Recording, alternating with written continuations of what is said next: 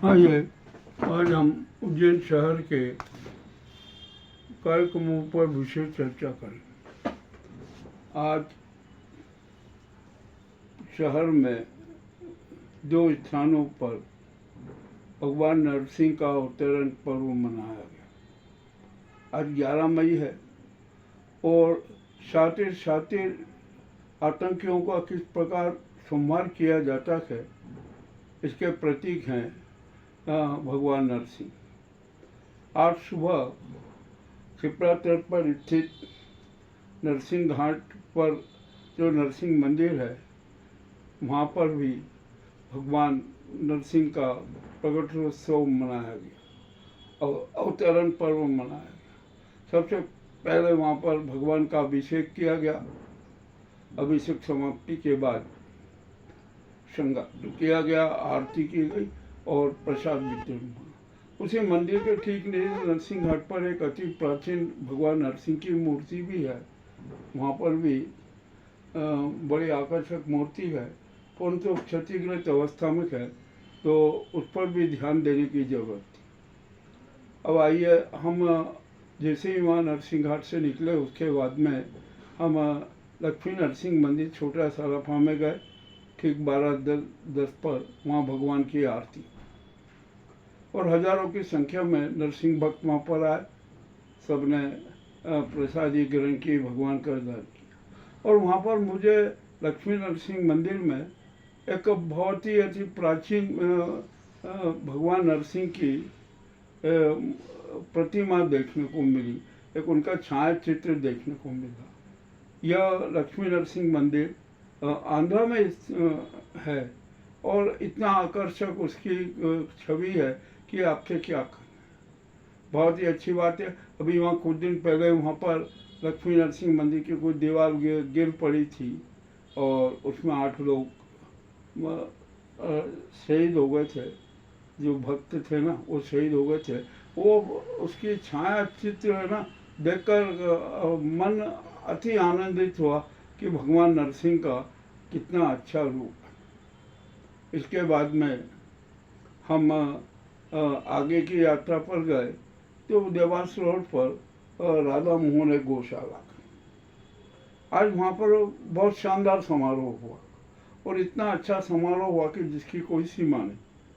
वहाँ पर राधा मोहन गौशाला में आज गायों का कुंबा बढ़ा। वहाँ पर 50 नई गायें जो पूर्ण रूप में स्वस्थ थी, आज उनका प्रवेश उस गौशाला में हुआ।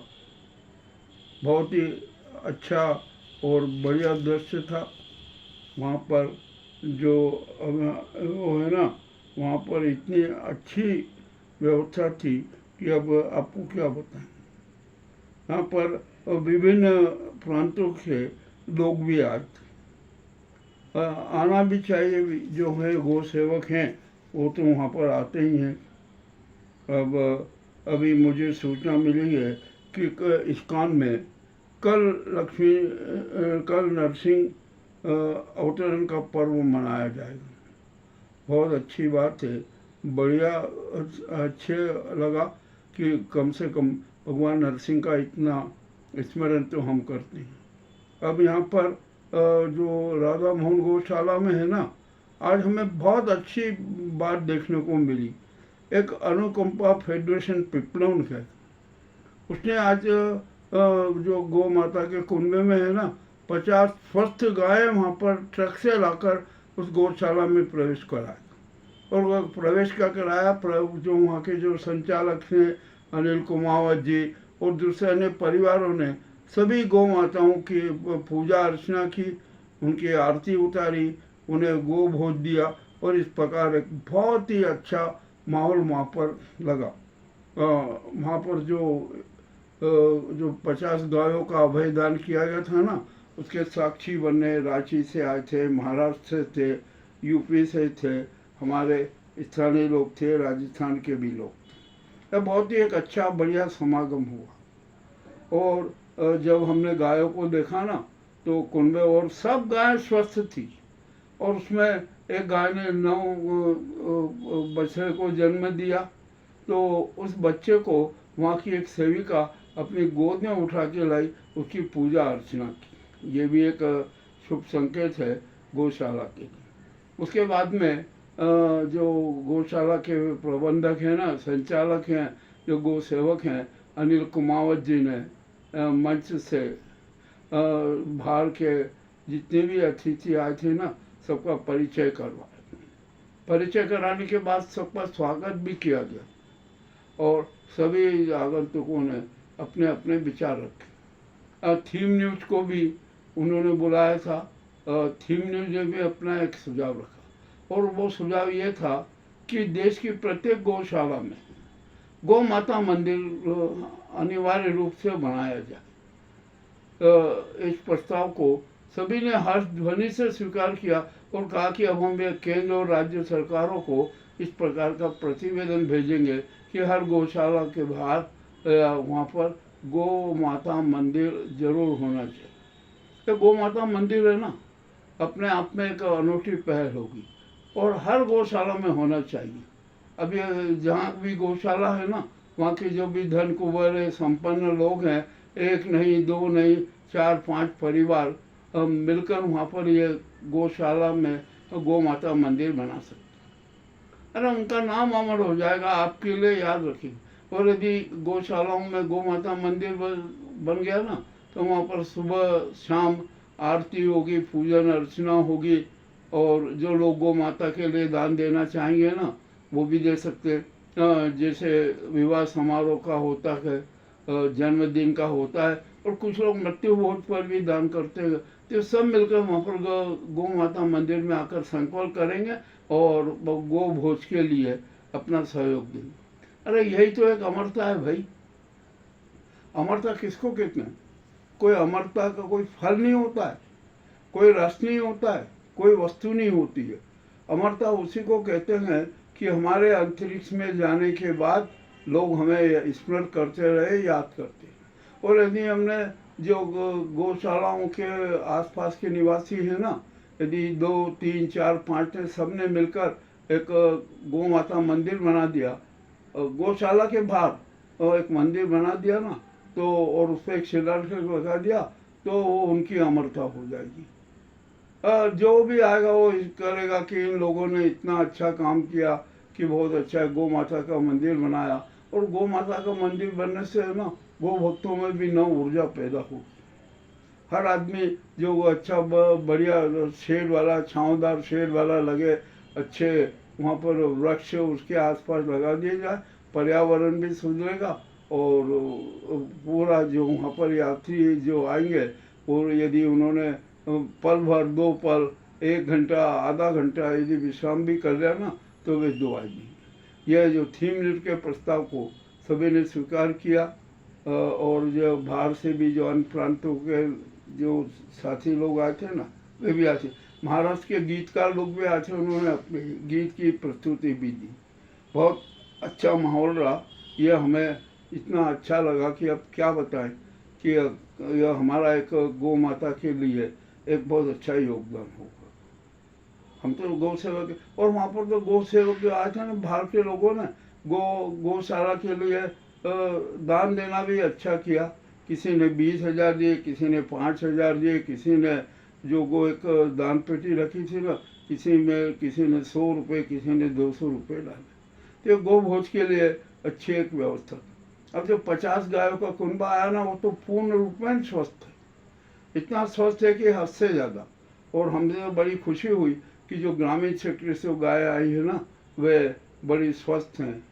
और अब हमारा भी एक थीम न्यूज का भी प्रयास होगा कि हमारे अपने एक सदस्य साथी हैं जो वेटरनरी डॉक्टर हैं, तो हम उनसे भी अनुरोध करेंगे कि आप सप्ताह में एक दिन जितनी भी गायें हैं ना राधा मोहन गौशाला में, सबका चेकिंग कर लीजिए और प्रति सप्ताह चेकिंग कर लीजिए और उनके उसमें जो भी कमी है, किस प्रकार का आहार देना, किस प्रकार की दवाएं देना, इसकी भी सारी व्यवस्था कर दें। हमारे डॉक्टर मेहरबान सिंह जी हैं, बहुत गौ सेवक हैं, पशुधन की रक्षा करते हैं और सेवा करते हैं और डोर टू डोर जाकर सेवा करते हैं। ये उनकी सबसे बड़ी विशेषता। ठीक है, ये तो ये हो गया। अब आइए हम सिंहस्थ 2028 की बात करते हैं। सीएस 2028 होना है और लगभग गवर्नमेंट के आंकड़ों के हिसाब से 25 से 30 करोड़ के लोगों के आने की संभावना है। तो हमें वैसी ही तैयारी करना पड़ी।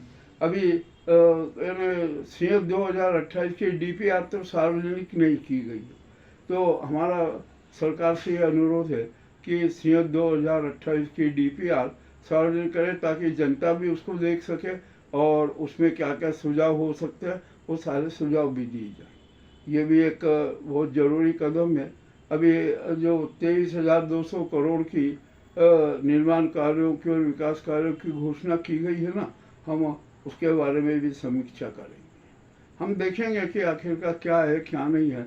जब हम वहाँ से निकल रहे थे राधा मोहन गौशाला से, हमारे हाथ में माइक आईडी थी, तो वहाँ के कुछ लोग रुके और कुछ लोगों ने कहा भैया आप रुकिए, आपसे बात करना है। मैंने कहा हाँ हम रुके।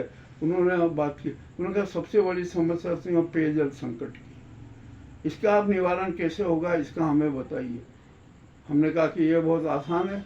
अरे समस्या पैदा होती है ना तो उसके साथ समाधान भी पैदा होता है। अब हम यहाँ पर आते हैं कि उज्जैन की पेयजल संकट के लिए, तो पेयजल संकट की समस्या का समाधान तो बहुत आसान है। इतना आसान है कि हद से ज़्यादा। देवास बदनाम 4 लेन बन चुका है और जो गंभीर डैम हमारा जो गंभीर पुल है ना, अब उसकी भी अनुपयुक्तता नहीं रही क्योंकि उसके समानांतर 40-45 फीट ऊंचा गंभीर का पुल बन चुका।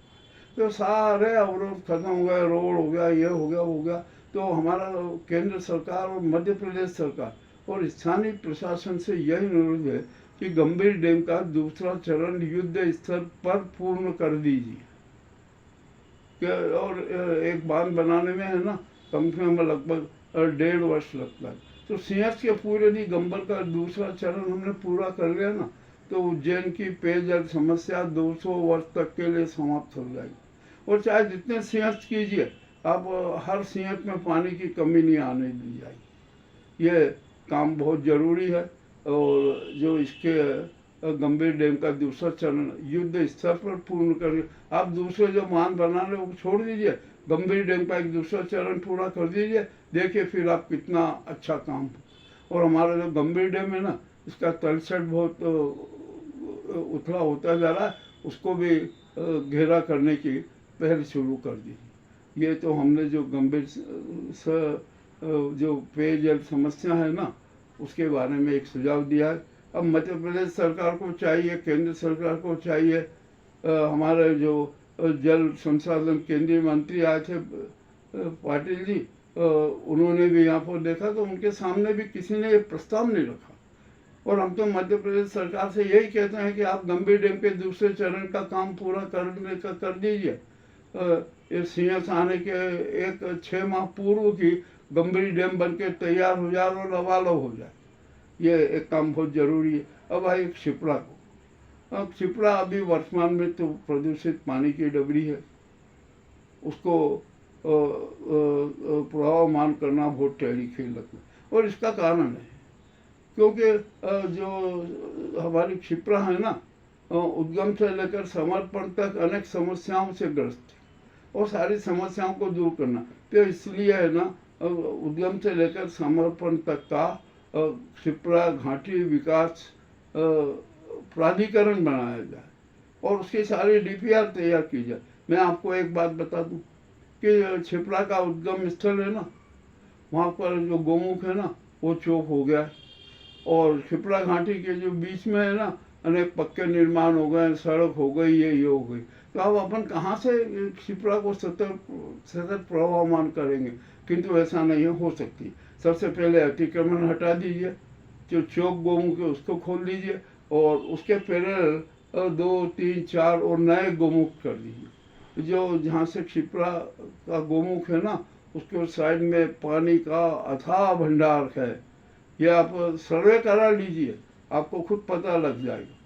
तो वहाँ पर जो एक गोमुख को चौक है उसको कर दीजिए, 3-4 नए गोमुख और बना दीजिए। और मध्य प्रदेश सरकार के पास में हॉरिजॉन्टल ड्रिलिंग मशीन है, ये काम 3-4 दिन में ही पूरा हो जा सकता है। तो यह काम कराने की भी जरूरत है और क्षिप्रा सतत प्रवाहमान हो सकता है।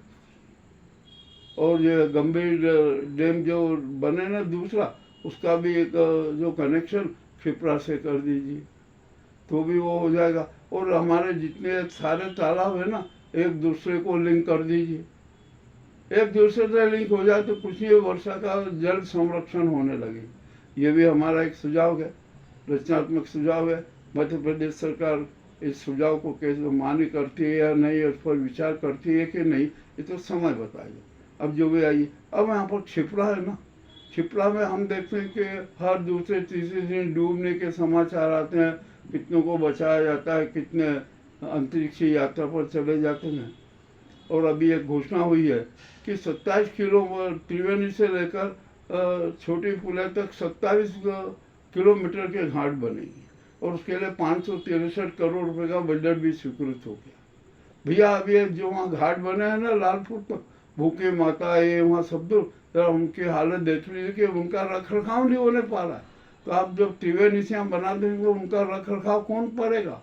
तो यहाँ पर एक हमारा विशेष सुझाव है कि जो क्षिप्रा में जो डूबने की घटनाएं होती है ना, उसको रोकने के लिए आप क्षिप्रा के दोनों तट पर 20-20 फीट का एक रैम्प बनाइए और उस रैम्प पर है ना कम से कम 6 फीट 7 फीट पानी रहे, ताकि और जो रैम्प बने ना उसके जो साइड में, ओपन साइड में आप बैरिकेड लगाइए ताकि कोई भी उसको क्रॉस करके जा न सके, किसी के प्रकार का कोई हादसा नहीं होगा।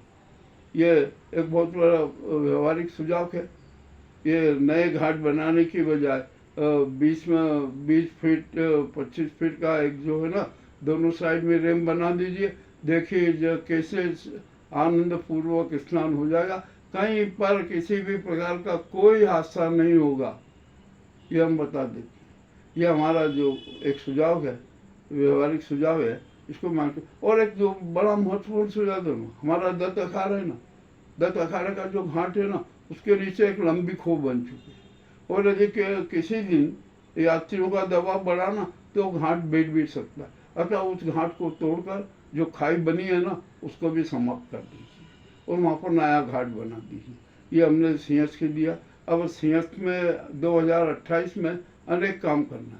अब यहाँ जो अभी यह समितियाँ बनेगी, एक केंद्रीय समिति बनेगी, प्रादेशिक समिति बनेगी, स्थानीय समिति बनेगी और स्थानीय समिति में कौन लोग होंगे ये भी हमें पता, और वे क्या करेंगे, किस तरह का काम करेंगे ये भी हमें पता। और जो अभी जो सीएस की जो राशि आ रही है ना उसमें कितने का करोड़ का घोटाला होगा इसका भी हमें संज्ञान है। तब हमने जो सीएस 2028 को भ्रष्टाचार मुक्त करने और घोटाला मुक्त करने के लिए हम भी अब समानांतर समिति बनाएंगे। हर समान उसमें केंद्रीय समिति होगी, प्रादेशिक समिति होगी, स्थानीय समिति होगी और सीएस के हर क्षेत्र में समितियां निगरानी रखेगी, निर्माण से लेकर सीएस जब पर समापन हो जाएगा जब तक कि किस प्रकार की क्या क्या व्यवस्था हुई है, कहाँ गड़बड़ी है, किस प्रकार की व्यवस्था करना, ये सारा हमारा प्लान है। और अब थीम न्यूज की तरफ से हर जोन में एक मीडिया सेंटर बना जाएगा। केंद्र सरकार बनाती है वो मीडिया सेंटर छोड़ दीजिए, वहाँ क्या होता है हमें पता है। 2016 के सीएस में क्या होता उसका भी हमें पता है, क्यों किस प्रकार के नाटक हुए। अब तो हमें जो थीम न्यूज है ना हर क्षेत्र में, हर खंड में अपना एक मीडिया सेंटर बनाएगा ताकि देश विदेश और स्थानीय जो भी पत्रकार आएंगे ना उनको सारी सुविधाएं उपलब्ध हो सके। ये हमारा अभी लक्ष्य है। और जब जैसे ही सीएस 2028 की डीपीआर आएगी ना हम पूरी उसकी समीक्षा करेंगे। और एक बड़ी घोषणा करो, हम 2028 की है ना एक शानदार डॉक्यूमेंट्री भी बनाएंगे और डॉक्यूमेंट्री के साथ प्रिंट मीडिया के लिए है ना हम एक इतना बड़ा ग्रंथ बनाएंगे जिसकी हमारे अभी से तैयारी शुरू हो गई है।